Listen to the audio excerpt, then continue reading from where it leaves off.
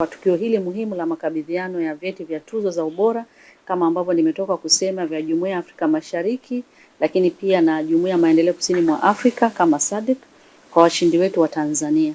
Ametoka kusema kaimu mkurugenzi mchakato jinsi ambavyo ulifanyika, na washindi ambao tunawapata katika ngazi ya kitaifa ndio hao ambao tunawasilisha majina yao katika jumuiya hizi mbili.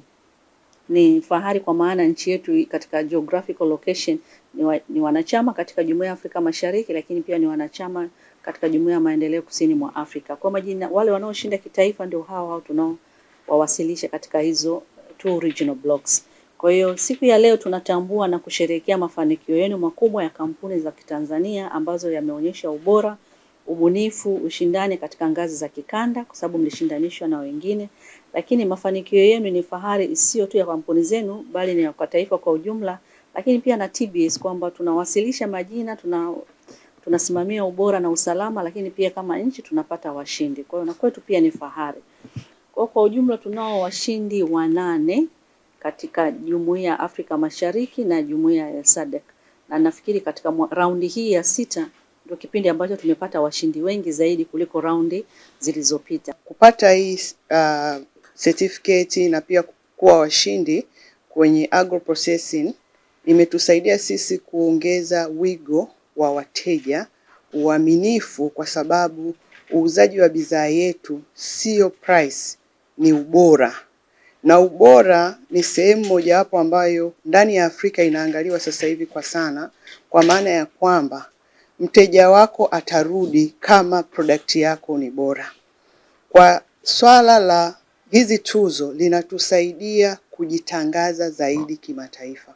Kwa hiyo tunawashukuru sana TBS na tunaomba muendelee kuwaelimisha watu umuhimu wa ubora.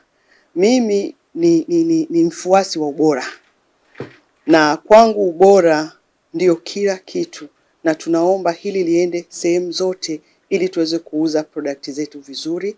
Na washukuru washindi wenzangu, tunaomba tuendelee na moyo wetu huu, na pia tuwaelekeze Watanzania wenzetu wajue jinsi gani ya kupata hizi tuzo, waendelee kujitangaza, tuitangaze nchi yetu kwa nguvu zote, kwa sababu tuna product nzuri, tunafanya kazi nzuri, lakini hatujitangazi sana. Muhimu sio kushinda, bali muhimu ni kwamba wakati tunapojaza ule mchakato, na imetukumbusha tunapotoka, tulipo na tunapoelekea.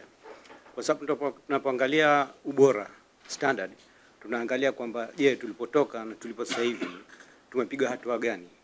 Na pia tunaangalia mafanikio, changamoto na jinsi tulivyokutoka katika msafara mzima. Kwa mfano kama sisi Zani sasa hivi sisi tuna miaka 26. Tulivyoanza na tulipo sasa hivi ubora umeongezeka. Na kama alivyosema mwenzangu, muhimu ni ubora na sio price. Ikiwa kama huduma zako au bidhaa yako ina ubora wa kiwango cha juu, basi wateja ambao wameondoka leo kutokana na price watarudi tu.